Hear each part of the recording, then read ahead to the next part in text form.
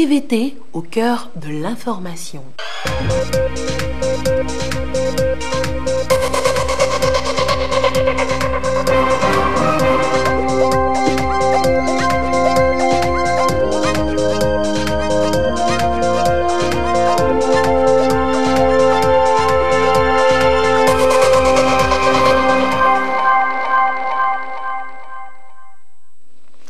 Il est l'heure du journal sur la télévision togolaise. Madame, Monsieur, bonsoir. Et voici les titres de cette édition.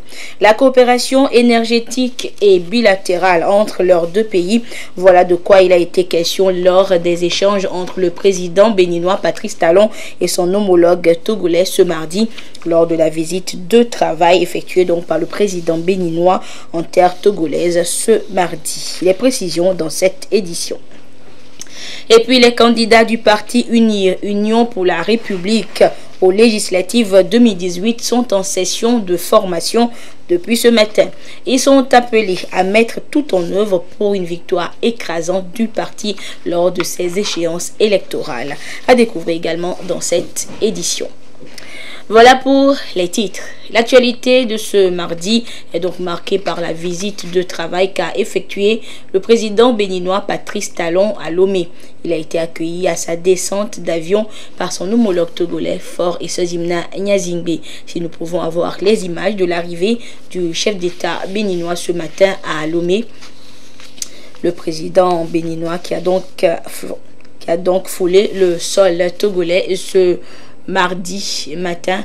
Il a donc été accueilli par son homologue togolais Faure Essozimna Gnazingbe. Et avant de quitter l'aéroport international Gnazingbe Adema, les deux chefs d'État ont eu un tête-à-tête au salon d'honneur.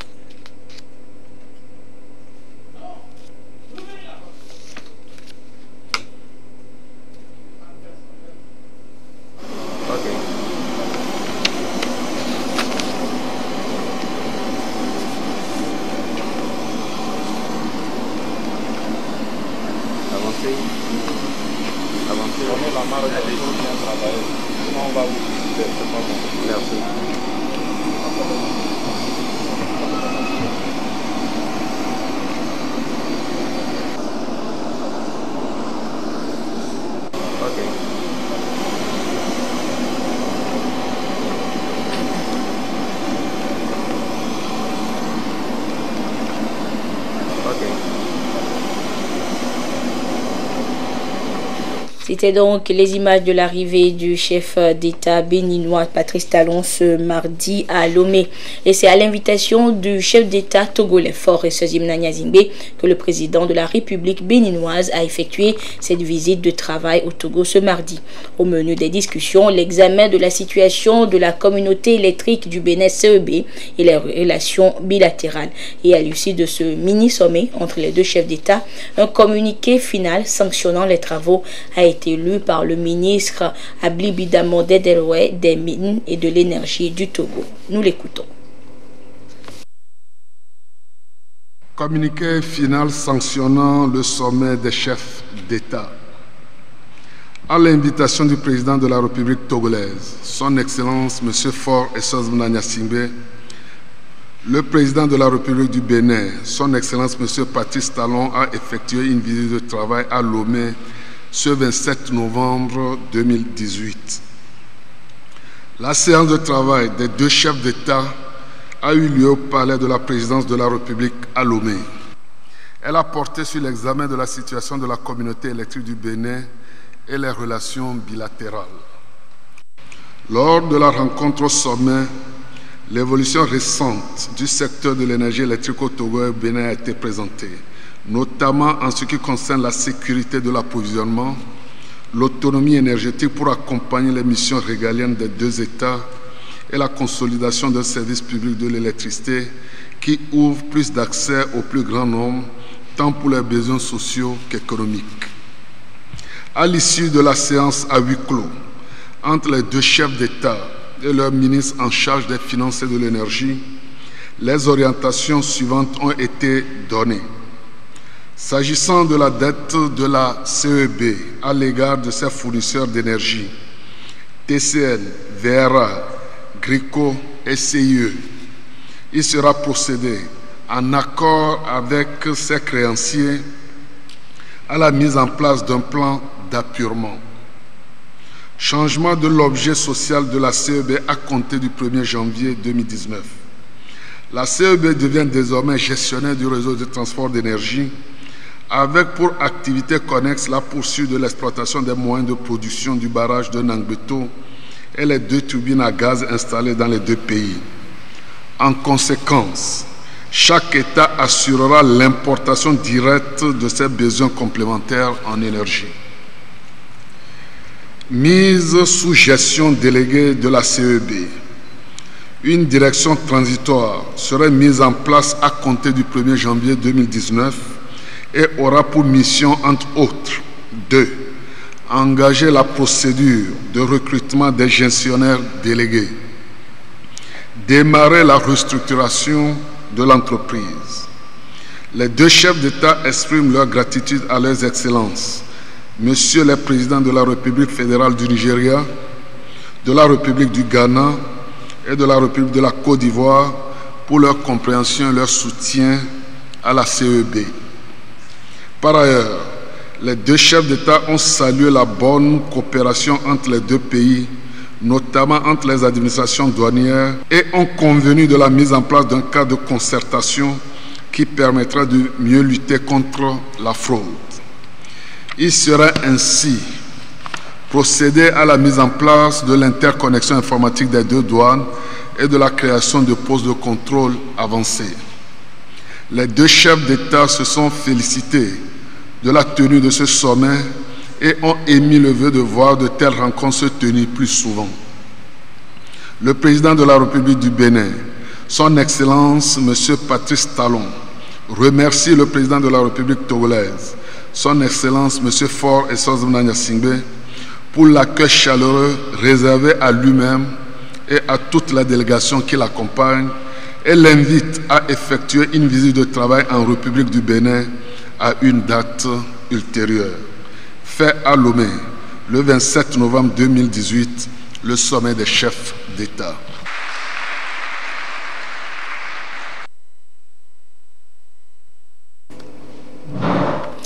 Et après ces travaux, donc, le chef d'État béninois a pris congé de son hôte togolais. Et comme à son arrivée, le président Patrice Talon a été salué à son départ par le chef de l'État Faure Essozimna Gnassingbé.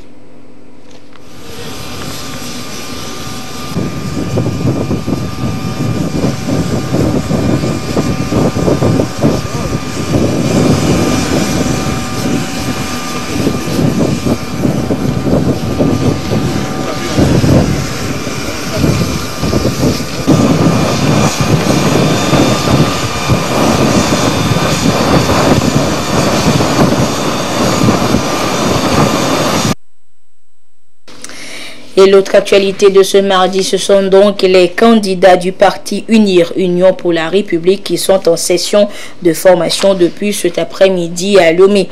La formation axée sur le thème législatif 2018, enjeux et défis, vise à les outiller en vue d'une bonne campagne et d'une victoire écrasante lors des législatives du 20 décembre prochain. Nous reviendrons en détail sur cette session de formation des candidats UNIR dans le courant de cette édition. Et toujours dans la perspective donc d'élections apaisées et crédibles, le ministère en charge de l'administration territoriale a entamé une tournée de sensibilisation à travers le pays. À ce côté, chef-lieu de la région centrale, la délégation du ministère a échangé avec les préfets, les secrétaires généraux des préfectures et des mairies, les maires, les présidents des délégations spéciales et les chefs traditionnels. Le compte rendu depuis ce côté de la marque Podjoun. Tournée de sensibilisation des chefs traditionnels garants des us et coutumes, le ministère de l'administration territoriale, de la décentralisation et des collectivités locales a axé son intervention sur le thème garantie légale de transparence et de liberté de vote au cours des processus électoraux, un thème qui a permis à Robert Paoubadi Bakray, directeur de cabinet représentant le ministre de l'administration territoriale, de la décentralisation et des collectivités locales, de sensibiliser les participants sur les différentes étapes du processus électoral. Nous sommes dans une période électorale une période pas comme les autres et nous avons une date butoir qui est le 20 décembre. Le ministère de l'administration territoriale qui, sous l'impulsion du gouvernement, qui veut vraiment que nous ayons des élections propres, a cru bon de faire cette tournée de sensibilisation pour montrer à tous les électeurs que le législateur togolais et les acteurs togolais ont pris toutes les dispositions pour qu'il n'y ait pas de fraude en matière électorale.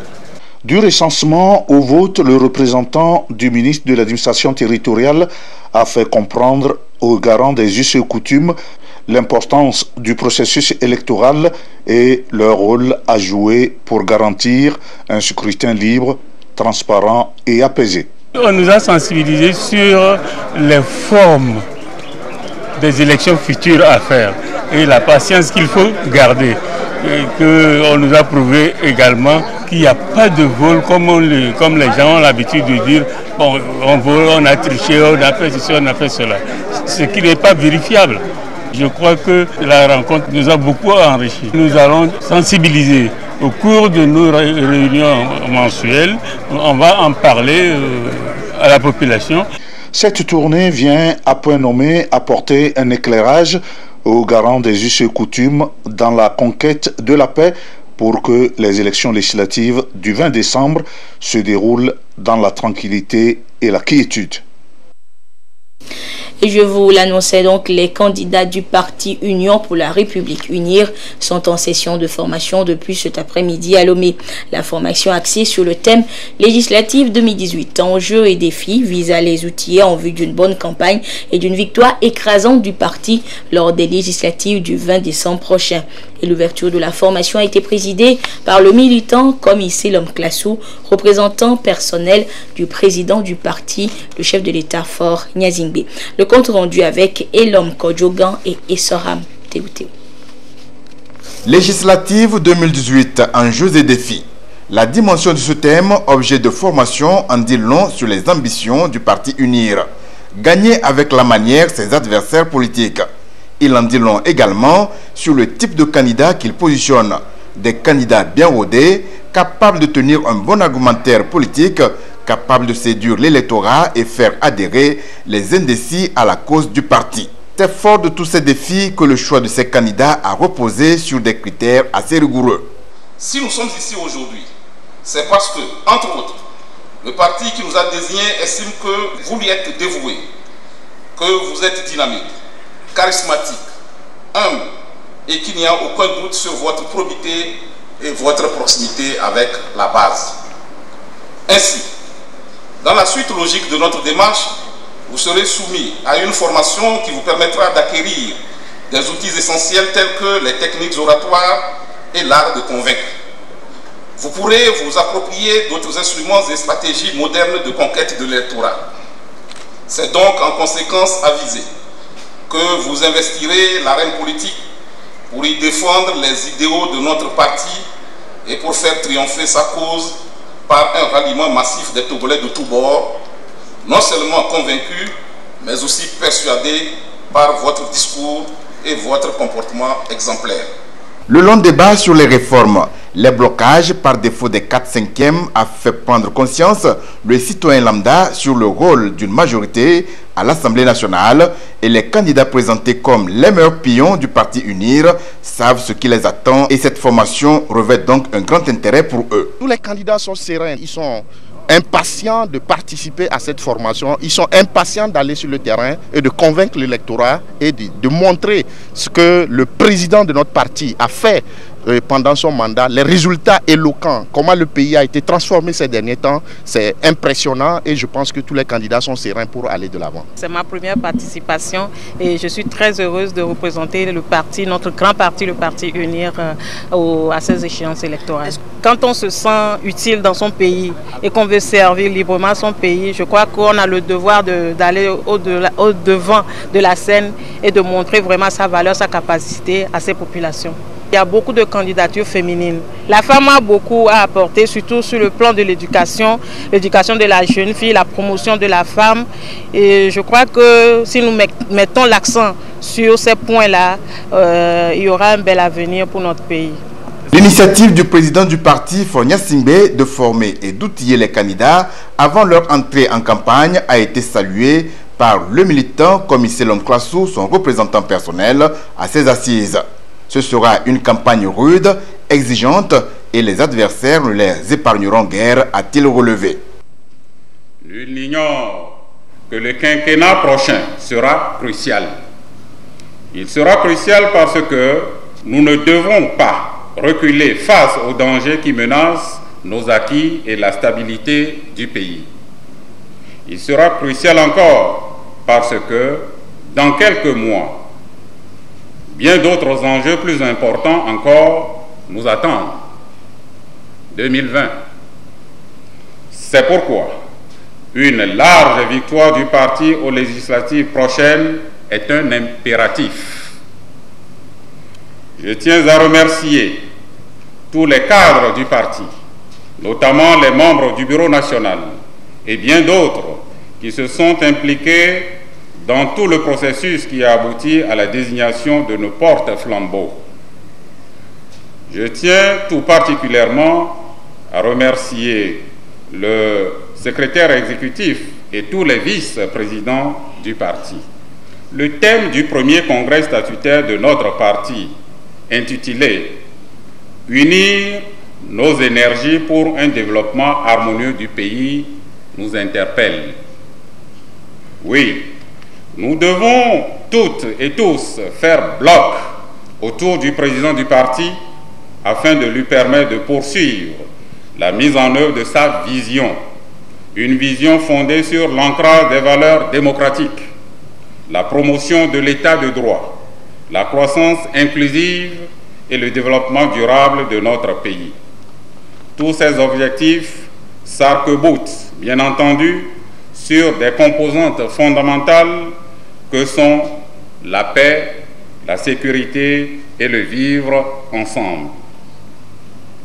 Pour toutes ces raisons, mesdames et messieurs les candidates et candidats du parti, vous devez jouer à fond la carte de l'humilité, la carte de la proximité, de l'ouverture, d'écoute, du rassemblement, et j'en passe, afin de fédérer toutes les énergies susceptibles de faire gagner notre parti uni.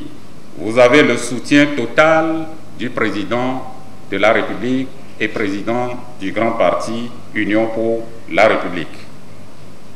Ensemble, unis, nous sommes en marche pour 2020. 2018 est déjà gagné. Nous sommes en marche pour 2020. Bonne chance à toutes et à tous. Gagner les législatives de 2018 balise la voie à l'élection présidentielle de 2020. Le militant représentant le chef de l'État, président du parti, a exhorté l'ensemble des militants à faire bloc derrière le président Faure Gnassingbé. Ce séminaire est l'occasion idéale pour tous les candidats de se découvrir, de se connaître, de se mettre en ordre de bataille et de communier ensemble afin de se préparer pour mieux affronter les échéances électorales à venir.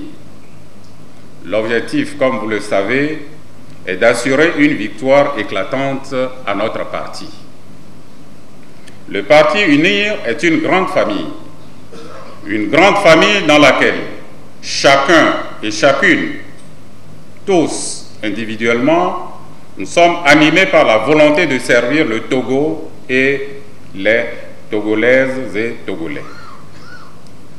Unis, nous devons nous engager sans calcul et sans état d'âme à donner une majorité confortable à notre parti à l'issue des élections législatives du 20 décembre 2018. C'est une campagne rude qui va s'ouvrir en cette fin d'année. Une campagne durant laquelle nos adversaires ne nous épargneront guère. une campagne exigeante, une campagne de proximité et de porte-à-porte, afin de convaincre un par un tous nos concitoyens à travers tout le pays. Les mois qui viennent de s'écouler nous ont fait voir la capacité de résistance de nos militantes et militants à ne jamais fléchir devant les chantages de nos adversaires politiques. À ce sujet, permettez-moi de vous adresser les sincères remerciements du président du parti pour votre ténacité. Militantes et militants, mesdames et messieurs, à l'annonce des candidatures ces dernières semaines, nous avons constaté une forte mobilisation des militantes, militants, sympathisants et sympathisantes à servir le parti en étant disponibles à son appel. Ce fort engouement à la candidature est un indicateur non seulement de l'engagement des militants à la cause du parti, mais aussi constitue un signe patent de la profusion de ressources humaines de qualité dont dispose notre parti. Il est évident que nous devons faire de ces atouts un véritable levier d'action en vue de mieux capter l'électorat dans les 30 circonscriptions électorales du pays au profit de nos candidates et candidats. Le parti uni, faut-il le rappeler, est le parti de l'élite et de la masse. Dans une synergie d'action, chacun des candidats peut rêver sa place à l'hémicycle à l'issue de ces législatives. Les professionnels des médias des régions des plateaux central, Savane et Kara se sont retrouvés à l'appel du HCROUN. Le Haut Commissariat à la réconciliation et au renforcement de l'unité nationale a organisé à leur intention une première formation, ceci pour leur donner les outils pour mieux accompagner l'institution dans sa deuxième phase d'indemnisation des victimes. Depuis Kara, la correspondance de Nestor Mozo.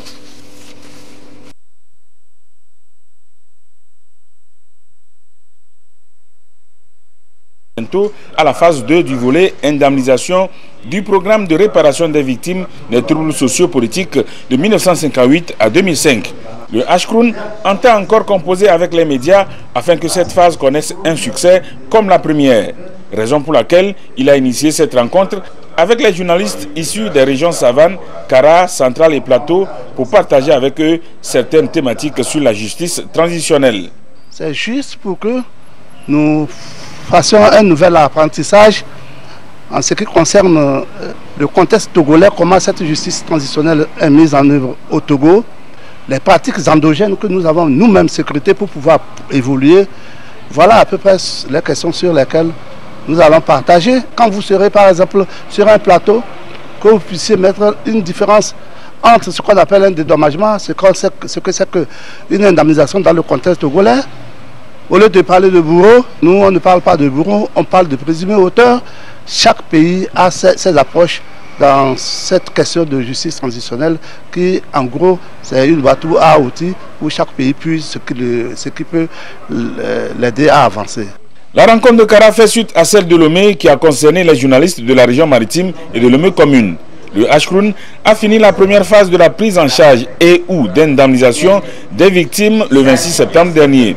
Cette phase a touché 2510 victimes contre 2475 prévues initialement et c'est pour l'année 2005 uniquement. La deuxième phase qui va s'ouvrir prendra en compte les victimes des périodes de 1958 à 1989 et de 1990 à 2004. Et justement, cette deuxième étape de prise en charge psychologique et médicale des victimes par le HCROUN a été lancée ce mardi. La cérémonie a eu lieu au siège de l'institution à Lomé.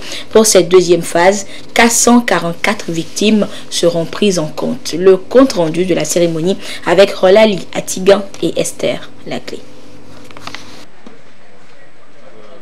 Un an après la première étape, d'autres victimes seront prises en charge par le HCROUN dans sa mission de réconciliation nationale. Parmi ces victimes dites vulnérables, portant encore des séquelles physiques et nécessitant une prise en charge médicale et psychologique, cet homme qui a bien voulu s'exprimer à visage non découvert. J'étais au péage. lorsque les manifestants sont venus nous prendre en compte. Et ils ont brûlé toute ma maison. J'ai loué la maison, ils ont brûlé. Mes enfants ont fui, ils ont brûlé tout. Je n'avais pas récupéré quelque chose. Moi-même, j'étais en mission à Tablebo. Lorsque ça s'est passé, on nous a appelés. On m'a appelé. C'est l'hélico qui est venu sauver. Le samedi passé, l'Ashkroun m'a appelé de venir, nous les victimes. Les choses se sont passées sur le 2005, de venir. Donc si nous sommes malades, on va nous amener à l'hôpital. Chaque cas sera minutieusement étudié, qu'il s'agisse d'un préjudice physique, psychologique ou de dommages matériels. Selon la base de données de la CVJR, 444 victimes vulnérables sont concernées par cette seconde étape. Après la création du fonds d'indemnisation, la nomination d'un comité de gestion, une première allocation de 2 milliards a permis au Ashkroun d'indemniser plus de 2510 victimes dans le cadre de la première étape. Cette fois-ci, et dans le cadre d'une deuxième étape, une allocation substantielle de 5 milliards est inscrite au budget de l'année 2018, débloquée à ce jour à concurrence de 50%. La cérémonie de ce jour marque donc le début des opérations comptant pour cette deuxième étape. 444 victimes vulnérables, dont 123 pour la période de 58 à 1989, 268 pour la période de 90 à 2004 et le reste concerne toujours les victimes de 2005, celles-ci n'ayant pas pu être retrouvées au cours de la première étape. Comme au cours de l'étape précédente, ces victimes vulnérables bénéficieront non seulement de la prise en charge médicale et psychologique, dont les frais seront entièrement assurés par le Ashkroun, mais également d'une indemnité conformément au quanta fixé et figurant dans la base de données au programme de réparation. Aux côtés du Ashkroun, l'État togolais et le PNUD, Programme des Nations Unies pour le développement. La prise en charge se fera toute cette semaine en vue de soulager les douleurs de ces victimes. Un pas de plus vers la réconciliation et le renforcement de l'unité nationale. Lomé accueille depuis ce matin la 15e réunion ordinaire du Conseil de l'Entente. Cette réunion va permettre aux différents acteurs de réfléchir sur les activités relatives au renforcement et à la promotion de la paix et de la sécurité dans l'espace, une nécessité pour les États membres de contribuer ainsi au meilleur développement de leur communauté. Le reportage est signé Marie-Reine Abeka et Firmin Adjinari. Le Conseil de l'Entente a dans son agenda 2019 programmé des activités relatives au renforcement et à la promotion de la paix et la sécurité dans l'espace Entente. Ajouté à celle-ci, la finalisation des projets de développement à la base. Pour y parvenir, les comités des experts du Conseil de l'Entente se sont retrouvés pour 3 jours à Lomé à travers sa 15e session ordinaire pour des analyses en vue de leur mise en œuvre. Il s'agit de la réunion des techniciens pour préparer les dossiers à soumettre aux ministres qui vont tenir leur session le 1er décembre prochain.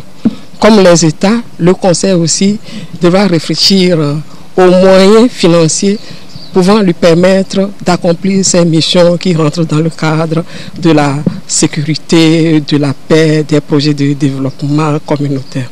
Par rapport aux activités qui sont prévues, nous avions les activités d'observation électorale, nous avions aussi les projets d'électrification rurale à finaliser, nous avions également des ateliers à organiser, toujours dans le domaine du maintien de la paix et de la sécurité.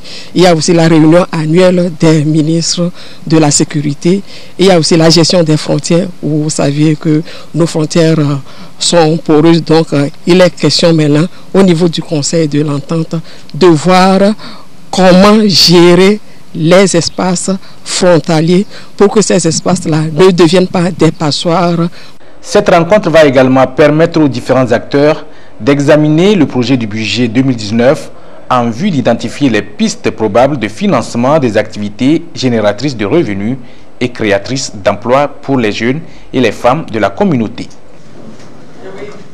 En 2015, les ministres de la Santé des États membres de la CEDEAO, sous le leadership de l'Organisation ouest-africaine de la santé et d'autres partenaires, ont signé la déclaration de Dakar pour une meilleure prise en compte des populations clés dans la réponse au VIH-Sida dans l'espace CEDEAO. 3 ans après, les acteurs de tous les pays signataires de cette déclaration sont à Lomé depuis ce matin pour passer en revue les progrès réalisés, identifier les obstacles et élaborer les actions prioritaires nécessaires à mener au niveau national et régional. Les précisions avec Nathalie Panégué. La déclaration de Dakar, 3 ans après sa signature par les ministres des États membres de la CEDEAO, en vue d'une meilleure prise en compte des populations clés dans la réponse au VIH-Sida, préoccupe à nouveau. À Lomé, sur l'initiative de l'Organisation ouest-africaine de la santé OAS, tous les pays passent en revue les progrès réalisés dans la mise en œuvre de cette déclaration. On a eu des progrès plus ou moins mitigés de pays en pays et nous avons senti une sorte de ralentissement de ces progrès-là.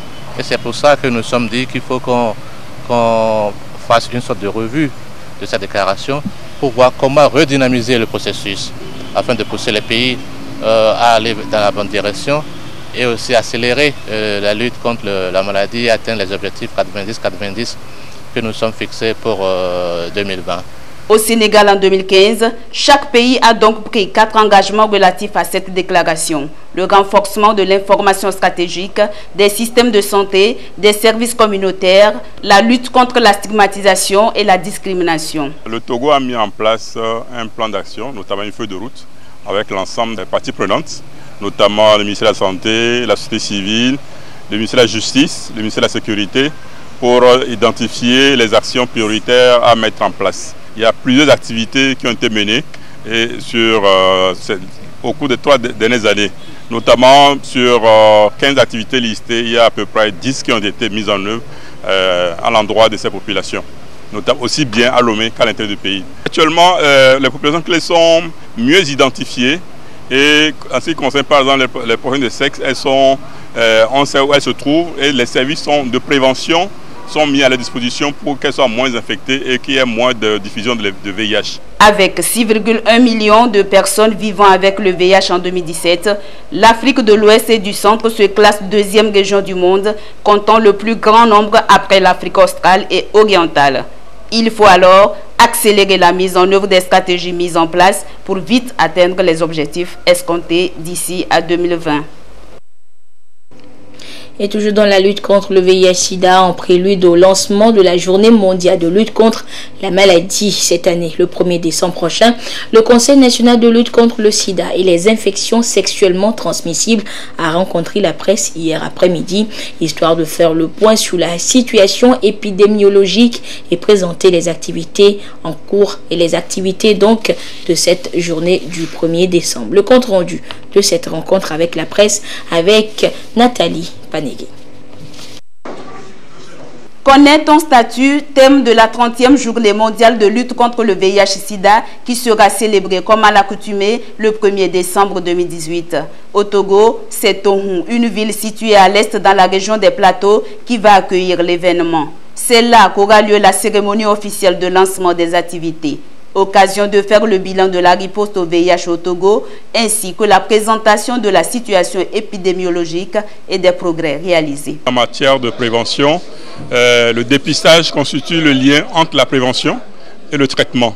On sait que quand les gens connaissent les statuts, soit ils sont négatifs et donc ils font tout, prennent des mesures pour le rester, et quand ils sont positifs, ils doivent rentrer dans le circuit de traitement pour qu'ils prennent les médicaments antirétroviraux pour leur propre santé d'abord, mais aussi pour éviter de transmettre le virus à leur conjoint ou conjointe. Au Togo, on a une prévalence estimée en 2017 autour de 2,1%, ce qui fait qu'on a à peu près 105 000 personnes vivant avec le VIH.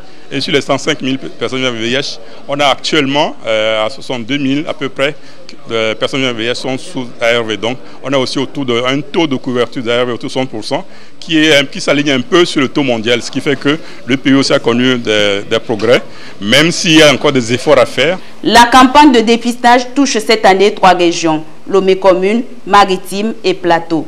Du 3 au 7 décembre donc, 30 000 personnes sont attendues pour connaître leur statut sérologique.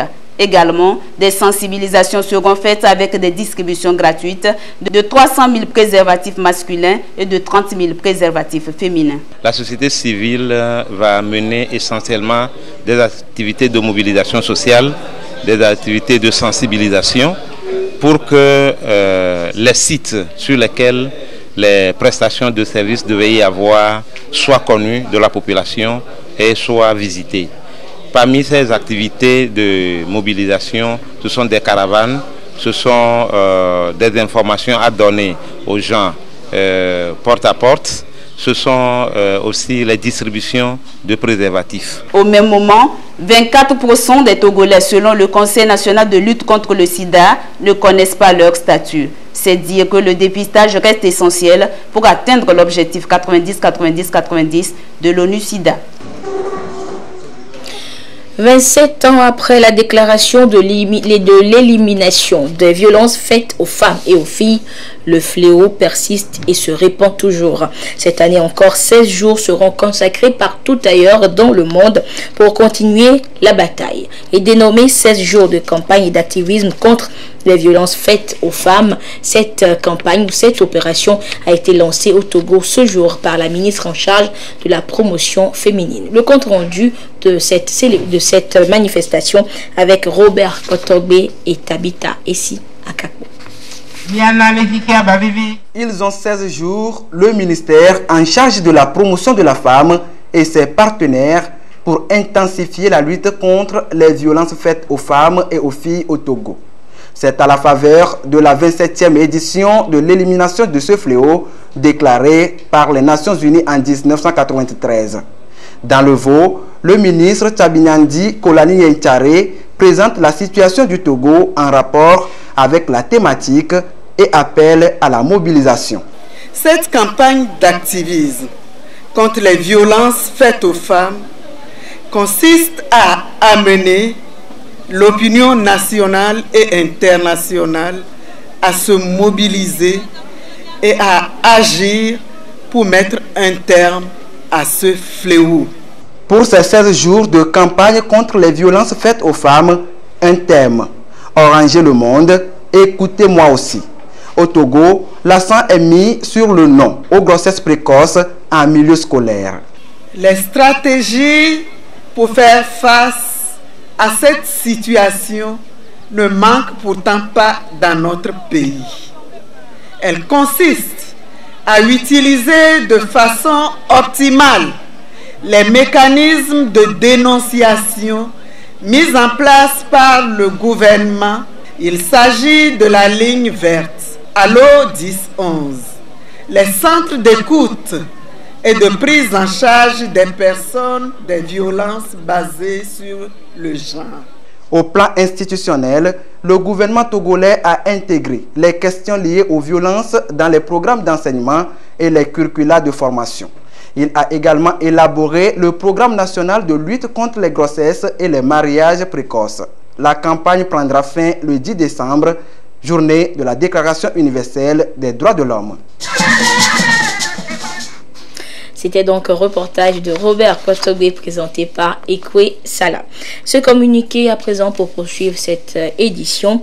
Dans le cadre de la campagne de lutte contre les feux de végétation tardifs, le ministre de l'Environnement et des Ressources forestières rappelle à toute la population que les feux de brousse sont interdits par la loi numéro 2008-009 du 19 juin 2008 portant code forestier en son article 64.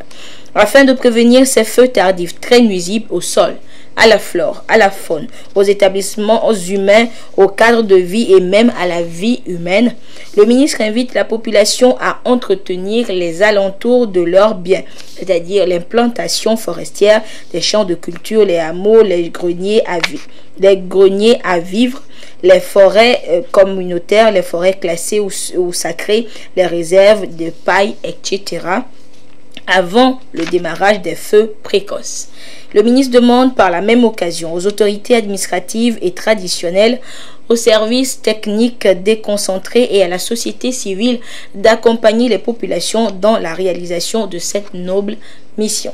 Il s'agit ainsi de la redynamisation des comités villageois de lutte contre les feux de brousse, l'aménagement des pare-feux et la mise à feu précoce. Et les autres détails de ce communiqué sont à lire dans le quotidien national Togo Presse. Les échos de la 15e foire internationale de Lomé à présent avec la société Antazer Togo spécialisée dans l'élaboration du bordereau électronique de suivi de cargaison qui est également présente sur le site de Togo 2000. La société est donc présente et là elle présente donc ses différents services aux visiteurs et montre surtout l'importance de ce bordereau dans le dédouanement des marchandises au niveau du port de Lomé. Les précisions avec Clarisse Aticlé depuis la foire de Lomé.